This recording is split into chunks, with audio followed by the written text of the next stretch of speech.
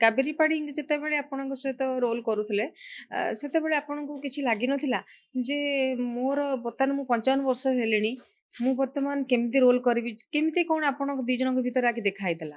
ମୁଁ ବର୍ତ୍ତମାନ ସୁଦ୍ଧା ବି ଫିଲ୍ କରିନି ମତେ 55 ବର୍ଷ ହେଇଛି ବୋଲି। ଆପଣ କେତେ ଭାବନ୍ତି? ମୁଁ 18 ମୁଁ ବର୍ଷ? ଭାବୁଛି ସେ 35 ବର୍ଷର ମୁଁ ଅଛି। ଆଚ୍ଛା।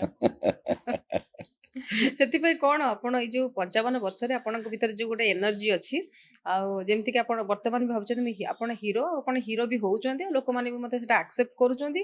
ଆଉ ଯାତ୍ରା ବି ସେମିତି ହଉଛି। ଗୋରଦାସଙ୍କ ନାଁରେ ଯାତ୍ରା ବହି ତିଆରି ହଉଛି। ଯାତ୍ରା ମାଲିକ ମାନେ ମଧ୍ୟ ସେମିତି ଗୋଟେ ଗୋରଦାସଙ୍କ ସହିତ ତାଙ୍କର ଆଟାଚମେଣ୍ଟ ରହିଛି, ଯୋଉଥିପାଇଁ କି ଗୋରଦାସ ଲୋକପ୍ରିୟ ହେଇଛନ୍ତି। ତାର କାରଣ କଣ? ମାନେ ନାଟକ ତ ଊର୍ଜା କୋଉଠି ପାଉଛନ୍ତି ଆପଣ? 3 ଖଣ୍ଡ ନାଟକ ହାଁ, ହେଇଗଲାଣି।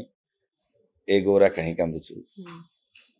କହ ଗୌରଦାସ କାହାର କାହାର ଦୋଷ? ଦୋଷ, ହଁ, କେତେ କାନ୍ଦିବେ ଗୌରଦାସ। ହୁଁ, ଏବଂ 3ଟା ଯାକ ବି ସୁପରହିଟ୍ ହେଇଛି। ଆଚ୍ଛା, ତାପରେ ଗୋଟେ କଥା ହଉଛି ମଣିଷ ଜୀବନ ଚର୍ଚ୍ଚା। ଆମେ ଆମ ଦେହକୁ କେତେ କ୍ୟାଲୋରି ଦରକାର, କଣ ଖାଇଲେ ଆମେ ଠିକ ରହିପାରିବୁ।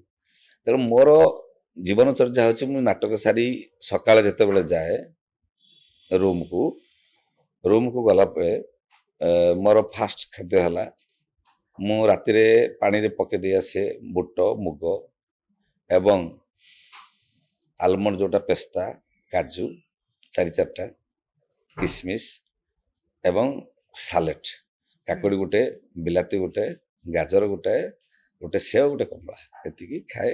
ମନ ହେଲେ ରୁଟି 2 ପଟ ଖାଏ, ନହେଲେ ନାହିଁ। ଆଉ ଦ୍ୱିପହରେ 2ଟା ରୁଟି ଭାତ। ଆମ ଘରେ ତ ପିଆଜ ରସୁଣ ପଶେନି, ହୁଁ। ବୈଷ୍ଣବ ଲୋକ ଆମେ।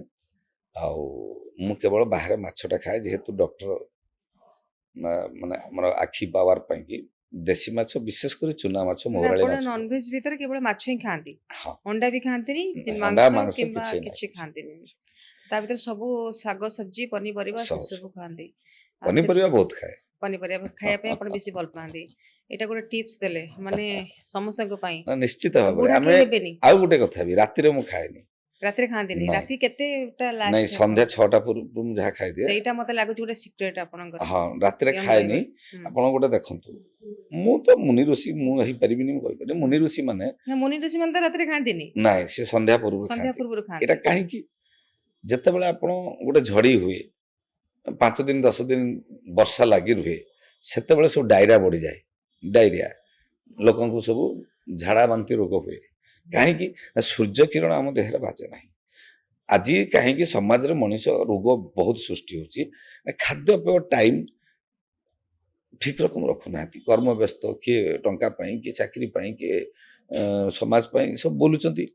ଆଚ୍ଛା, ରାତି 12ଟା 1 ବେଳେ ଯାଇ ଖାଉଛନ୍ତି ମାଂସ ଅଣ୍ଡା, ଭୋଜିରେ ଯାଇ ଖାଉଛନ୍ତି। ତେଣୁ ଆମେ ରୋଗ ଆମେ ନିଜେ ତିଆରି କରୁଛୁ, ନିଜେ କିଣୁଛୁ। ଯଦି ଜୀବନଚର୍ଯ୍ୟାକୁ ଆମେ ଜଣେ ମଣିଷ ଯେତିକି ବହୁତ କଥା ଶାସ୍ତ୍ର ସବୁ ଲେଖା ହେଇଛି, ଅଳ୍ପହାରୀ ଶ୍ୱାନ ନିଦ୍ରା। ହୁଁ। ତେଣୁ ଆମେ ସେଇଭଳି ମାନେ ଯଦି କିଛିଟା ମାନିବୁ, ନିଶ୍ଚିତ ଭାବରେ ଆମେ ଯେତେ ଦିନ ବଞ୍ଚିବୁ, ଆପାତତଃ ମରିବା ତ ନିଶ୍ଚିତ ଦିନେ। ହୁଁ। କେହି ରହିନାହିଁ ରହିବି ଏଟା ନାହିଁ, ଭବରଙ୍ଗ ଭୂମି ତଳେ ସର୍ବେ ନିଜ ନିଜ ଅଭିନୟ ସାରି ବାହୁରିବେ କାଳ ବଳେ। ଆମ ସମୟ ଯେତେବେଳେ ଆସିବ ଉପରବାଲା ଡାକିବେ, ଆମେ ପଳେଇ ଯିବୁ। କିନ୍ତୁ ଯେତେ ଦିନ ବଞ୍ଚିବୁ ଆମେ ସୁସ୍ଥରେ ବଞ୍ଚିବୁ।